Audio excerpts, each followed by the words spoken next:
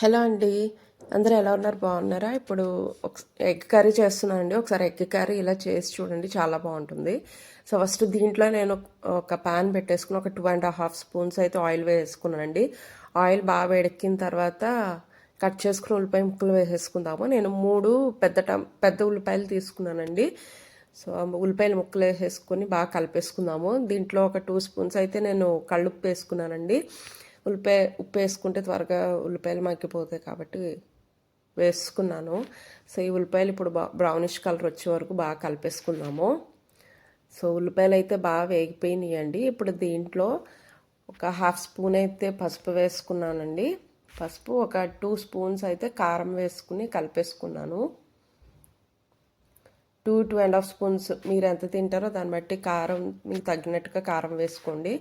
So కలిపేసుకున్న తర్వాత ఇప్పుడు నేను దీంట్లో అల్లం వెల్లుల్లి పేస్ట్ అలానే మసాలా ప్రిపేర్ చేసుకున్నానండి. మసాలా పేస్ట్ దాంట్లోనే ఒక టొమాటో కూడా వేసి పేస్ట్ చేసుకున్నాను. సో అల్లం వెల్లుల్లి పేస్ట్ ఒక స్పూన్ వేసుకున్నాను. అలాగే మసాలా పేస్ట్, మసాలాకు కావాల్సిన పదార్థాలు ఏంటంటే ఒక ఇలాచీ తీసుకున్నాను, 4 లవంగాలు, చిన్న దాల్చిన చెక్క, ఒక స్పూను జీలకర్ర, 2 స్పూన్లు ధనియాలు, అలానే 2 స్పూన్లు గసగసాలు తీసుకున్నానండి. అలాగే ఒక టొమాటో కూడా తీసుకుని ఆ మసాలాస్లోనే వేసేసి పేస్ట్ కింద చేసేసాను.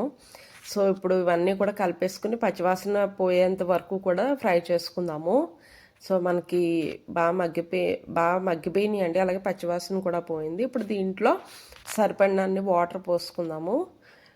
ఒక 1.5 గ్లాసెస్ వాటర్ అయితే వేసుకోండి. సో కలిపేసుకుని మూత పెట్టేసుకుందాం.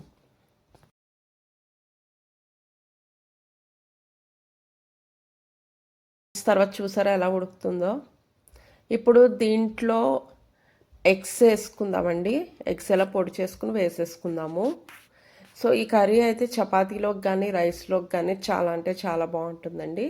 చపాతీస్లోకి కూడా చాలా బాగుంటుంది. ఒకసారి ట్రై చేసి ఎలా ఉందో కామెంట్ చేయండి. అలానే వీడియో నచ్చితే కనుక లైక్ చేయండి, షేర్ చేయండి అండ్ సబ్స్క్రైబ్ చేయండి.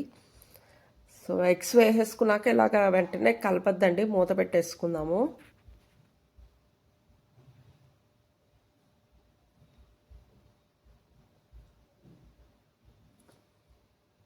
ఇప్పుడు ఒకసారి మూత తీసి చూద్దామండి.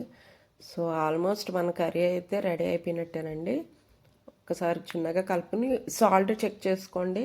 సరిపోకపోతే కనుక యాడ్ చేసుకోండి. నాకు సాల్ట్ అయితే సరిపోయింది నాకు, అందుకే నేను ఇంకేమీ యాడ్ చేసుకోవట్లేదు.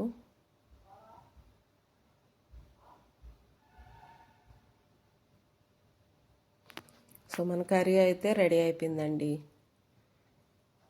సో ప్లీజ్ సబ్స్క్రైబ్ చేయండి, లైక్ చేయండి, షేర్ చేయండి. Thank you. బాయ్.